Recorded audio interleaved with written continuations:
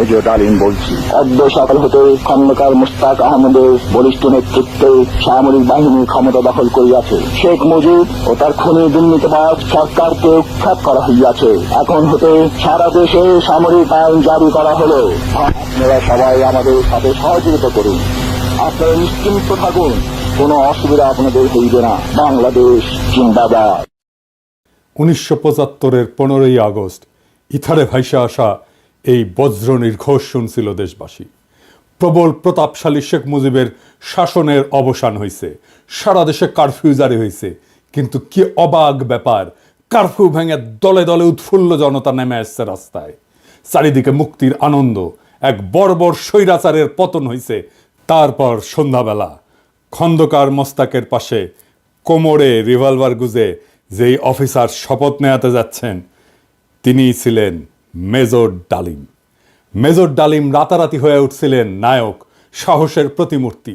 তারপরে 75-এর সব বীরকে পাঠানো হলো নির্বাসনে। সে আর এক আলাপ আর একদিন করব। এরপর তিনি শুধু নামই ছিলেন ইতিহাসে।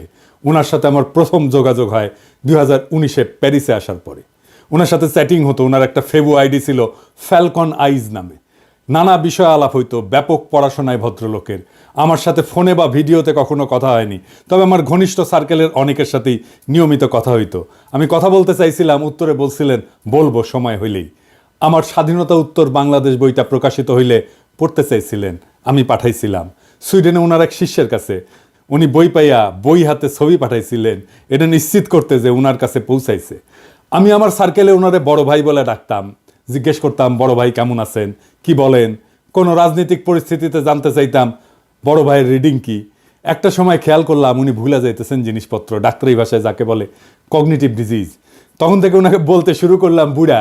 তো জিজ্ঞাইতাম বুড়াটার খবর কি। যাই হোক, উনি নাকি বলছেন যে ওনার বয়স 75 বছর, আসলে ওনার বয়স 78 বছর। ওনার জন্ম 1946 সালে উইকিপিডিয়ার তথ্য অনুসারে। 64 সালে বিমান বাহিনীতে যোগ দেন ঠিক 18 বছর বয়সে। বুড়া বয়সে 3 বছর কম হয়ে বলছে আর কি, আমার অনুমান ভুলে বলছে।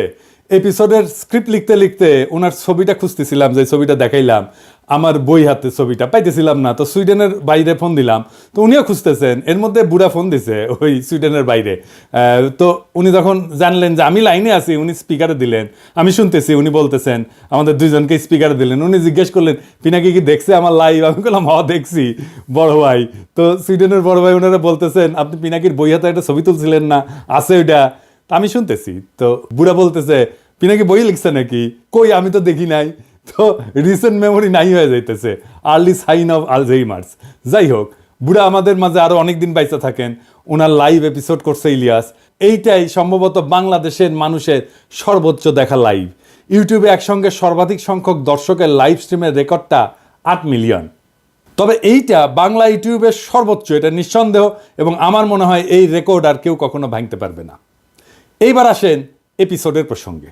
বাম, আওয়ামী লীগ আর প্রগতিশীল বিএনপির পুচ্ছে আগুন লাগিয়েছে একই সাথে। যাই হোক, আমি সবগুলা আগুন নিয়ে আজকে কথা বলবো না, কয়েকটা আগুন নিয়ে কথা বলি। প্রথম অভিযোগ কি, মেজর ডালিম নাকি খুনি। আসলে কি মেজর ডালিম খুনি?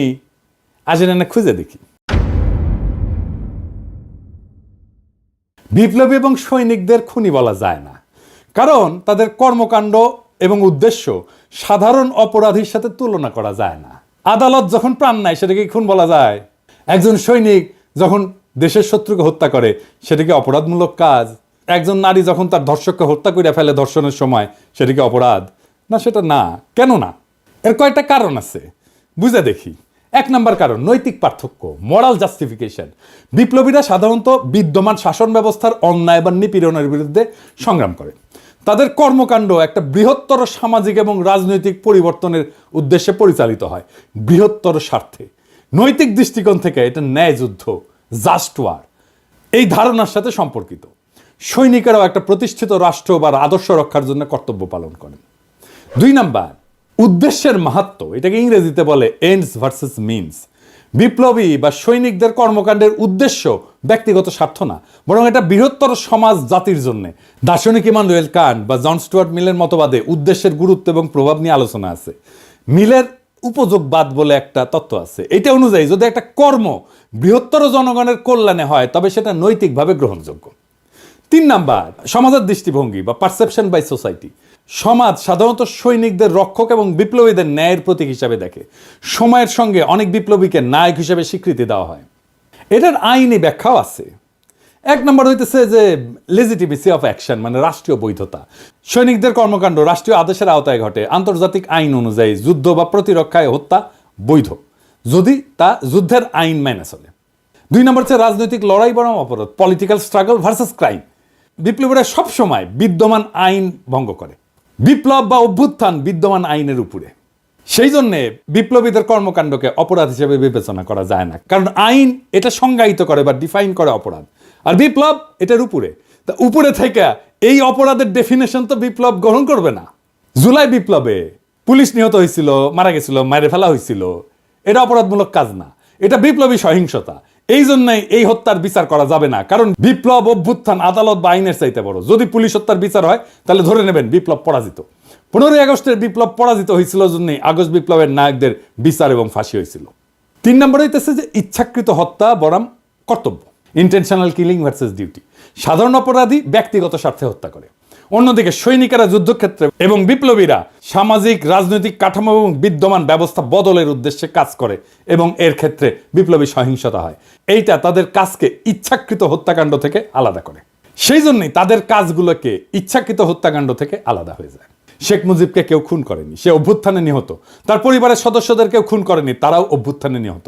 দ্বিতীয় অভিযোগ হচ্ছে মেজর ডালিম শিশু হত্যা করেছে। আবার ইন্টারেস্টিংলি কৌতুকপ্রদভাবে এটা আইসিছে বামেদের কাছ থেকে। হ্যাঁ, মেজর ডালিম কি শিশু হত্যা করেছে? মেজর ডালিম 32 নাম্বার আক্রমণ করে নাই, তারে দায়িত্ব দিতে চাইছিল, সে নেয় নাই।